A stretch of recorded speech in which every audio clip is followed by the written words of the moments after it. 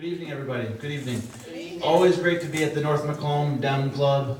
Appreciate your activism, appreciate your attention to issues. Such a crucial time in our county, in our nation, and really appreciate you guys being engaged because really the Democratic Party is made up of small clubs like this where we can talk issues and dive down deep into things. And really appreciate Gary and all the great work that all you do to make this club such the vibrant force that it is. So you may have heard that we had a clerk that was a little bit nuts in Macomb County. Walking door to door aggressively, and pretty much everybody, 9 out of 10 people that I talk to know about the crazy clerk, and it really has been an embarrassment for our county. Nobody really thinks about the clerk's office very often, but you know that they're the stewards of our property records, our voting rights, their vital records, birth certificates, marriage licenses, pistol licenses. They run all the paperwork for our court system.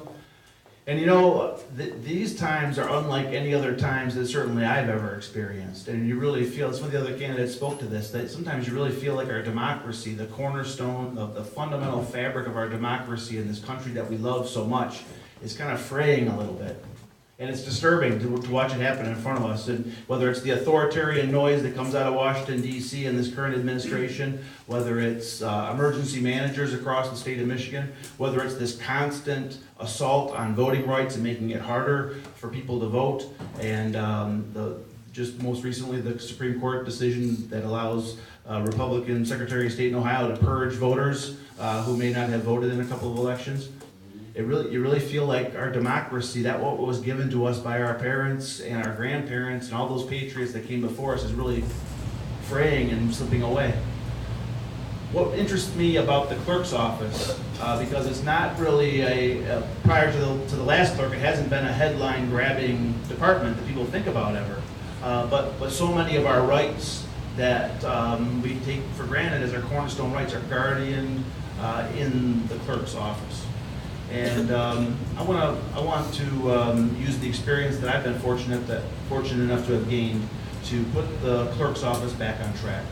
We have a fantastic core of people who work there, who have endured a great trauma, and I really salute those people. I'm glad that there's an appointed clerk in there now to help stabilize the system, the situation, and help guard people's records and help the court get working again. And I look forward to working with that team and getting it back on track and delivering top-notch quality service. You know, one thing that I want to highlight in particular, as a county, we're getting older. We're an old county compared to our peers, but we're getting older. As a region, we're getting older. They say that right now, 1 out of every 4 households in the region are headed by somebody who's 65 and older.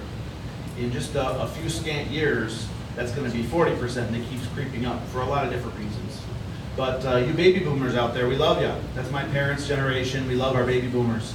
But it's a massive demographic shift that is happening, and those of us in government, particularly in local government or county government, are really going to have to put some thought into how we deliver services in new and creative ways, because we know we need to have people stay independently living for as long as possible. It has better health outcomes that way. It's cheaper for the household that way. It's cheaper for the system that way.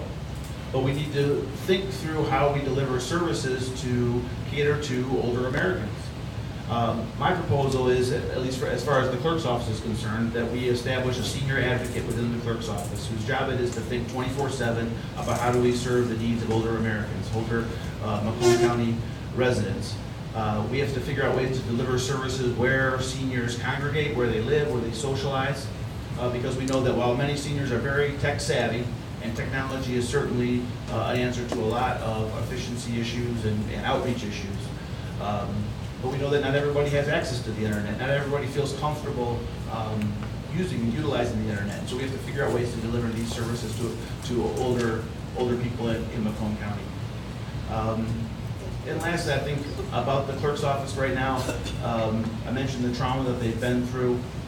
So much of it has to do with realigning the morale, assessing where people are at, rebuilding the team, defining metrics between the staff, their bargaining representatives, the administration, defining what's victory, get everybody rowing in the same direction. That's hard to do. Working with people is hard to do.